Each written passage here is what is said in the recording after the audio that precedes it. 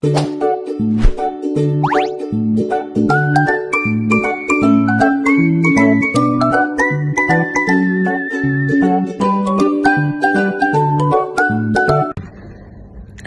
semuanya, perkenalkan nama saya Berfilia Warlela, NIM 2023-48109, kelas B semester 5, Prodi Pendidikan Guru Sekolah Dasar. Tujuan saya membuat video ini adalah untuk memenuhi tugas mata kuliah pengembangan pembelajaran PJOK. Oke baik, di sini saya akan menjelaskan tentang 3 topik. Yang pertama adalah hakikat-hakikat belajar pembelajaran, dan yang kedua adalah prinsip-prinsip belajar pembelajaran, dan yang ketiga adalah teori-teori pendukung belajar pembelajaran. Baik, poin pertama yang saya akan bahas adalah hakikat belajar. Belajar adalah proses perubahan perilaku atau kemampuan seseorang yang relatif permanen sebagai hasil dari pengalaman, latihan, dan interaksi dengan lingkungan. Adapun ciri-ciri belajar, yang pertama melibatkan perubahan, yang kedua bersifat permanen, yang ketiga adalah terjadi karena pengalaman, bukan karena pertumbuhan biologis semata. Yang berikut yang akan saya bahas adalah hakikat belajar. Pembelajaran adalah proses interaksi antara peserta didik dengan pendidik dan sumber belajar. Dalam suatu lingkungan, belajar untuk mencapai tujuan yang telah diterapkan. Adapun karakteristik pembelajaran, yang pertama adalah terencana dan terorganisasi. Yang kedua adalah bertujuan untuk mengembangkan potensi siswa. Yang ketiga adalah melibatkan media dan metode yang sesuai agar dapat membantu siswa dalam proses belajar mengajar. Yang terakhir adalah mengembangkan aspek kognitif, afektif, dan psikomotik. Baik, poin kedua yang akan saya bahas adalah prinsip-prinsip belajar.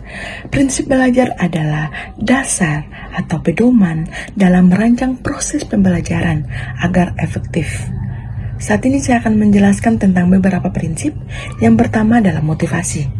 Peserta didik perlu merasa terdorong, atau guru harus memberikan motivasi kepada siswa agar siswa dapat lebih semangat lagi dalam proses belajar. Yang kedua adalah kesiapan.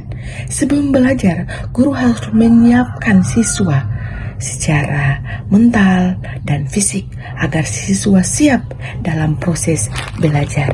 Yang ketiga adalah latihan dan pengulangan. Pengulangan ini sangatlah penting agar siswa dapat selalu mengingat pembelajaran yang telah berlalu. Yang berikut adalah aktivitas. Peserta didik perlu aktif secara fisik maupun mental.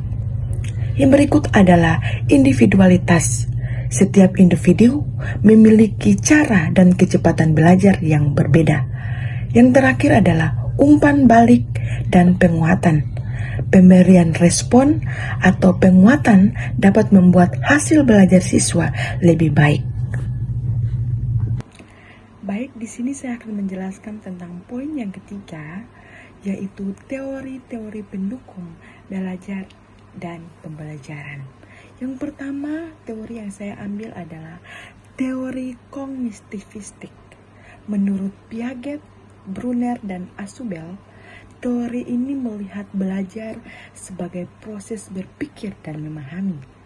Anak tidak hanya meniru, tapi juga memahami mengapa dan bagaimana suatu gerakan dilakukan.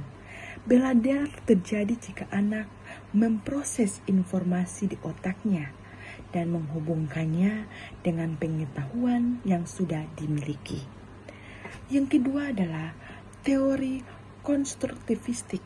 Menurut Piaget dan Vygotsky, teori ini menekankan bahwa anak membangun sendiri pengetahuannya melalui pengalaman langsung.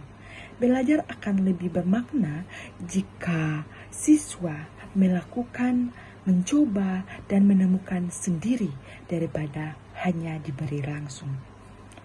Guru berperan sebagai pemandu dan fasilitator, bukan pemberi informasi utama. Yang ketiga adalah Teori humanistik.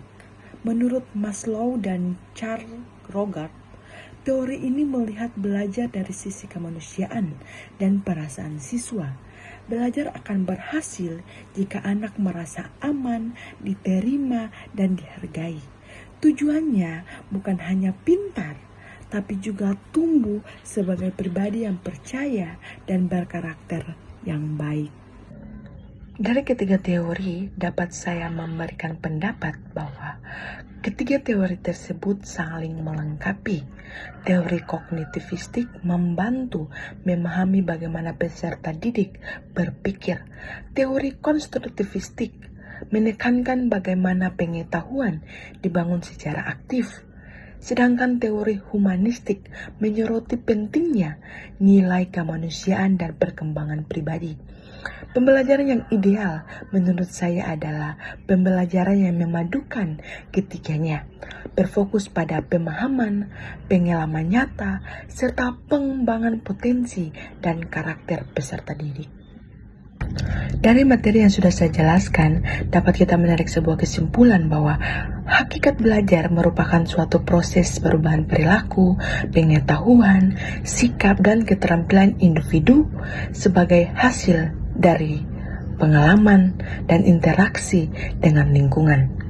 Sementara itu, pembelajaran merupakan proses yang dirancang secara sistematis oleh pendidik untuk memfasilitasi terjadinya proses belajar pada peserta didik.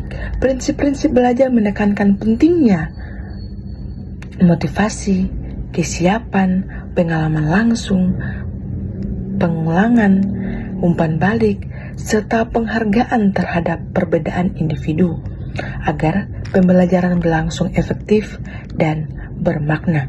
Dengan demikian, dapat disimpulkan bahwa belajar dan pembelajaran merupakan dua proses yang saling berkaitan dan tidak dapat dipisahkan. Pembelajaran yang efektif hendaknya berlandaskan pada prinsip-prinsip dan teori-teori belajar, sehingga dapat menciptakan pengalaman belajar yang bermakna, menyenangkan, dan mampu mengembangkan potensi peserta didik secara optimal. Jadi, dari ketiga teori itu dapat saya mengambil kesimpulan bahwa ketiga teori ini sangatlah penting, karena teori kognitivistik membantu memahami bagaimana peserta didik berpikir, menekankan bagaimana pengetahuan dibangun secara aktif. Mungkin sekian dari video saya, semoga bermanfaat untuk kita semua. Bye-bye.